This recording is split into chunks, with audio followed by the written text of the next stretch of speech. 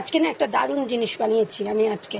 তো তোমরা আর পছন্দ কিনা আমি জানি না, আমার তো ভীষণ ভালো লাগে। তো এটা দেখো আমি কি দিয়ে ভাত খাচ্ছি। তো এই দেখো আমার এখানে আজকে কি রান্না করেছি। এই দেখো এটা হলো কুমড়ার ডুগার পাতাগুলি হয় না, এই পাতাগুলি দিয়ে বাটা করেছি।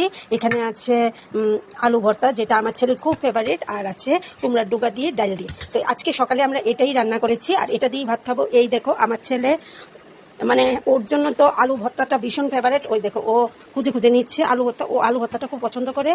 আর এই পাতার বাটাটা আমার খুব ভালো লাগে। এই পাতার বাটাটা তোমরা কারা পছন্দ করো, আমার যে কোনো বাটাই আমার খুব ভালো লাগে। দুটোই ভালো হয়েছে, দুটোই ভালো হয়েছে না?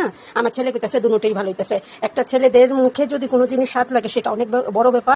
আর এই বাটাটাই যদি বাদাম পেস্ট করে মিক্সড করা যায় তাহলে আরো স্বাদ বেড়ে যায়। তাহলে তোমরাও যদি পছন্দ করে থাকো এই রেসিপিটা একবার তোমরা ঘরে খেয়ে দেখো, গরম ভাতের সাথে দারুণ লাগে। আমার তো দারুণ লাগে এই বাটাটা খেতে। তো তোমরাও খাইও বন্ধুরা। আজ এখানেই রাখি ভিডিওটা, দেখা হবে নেক্সট ভিডিওতে। টাটা।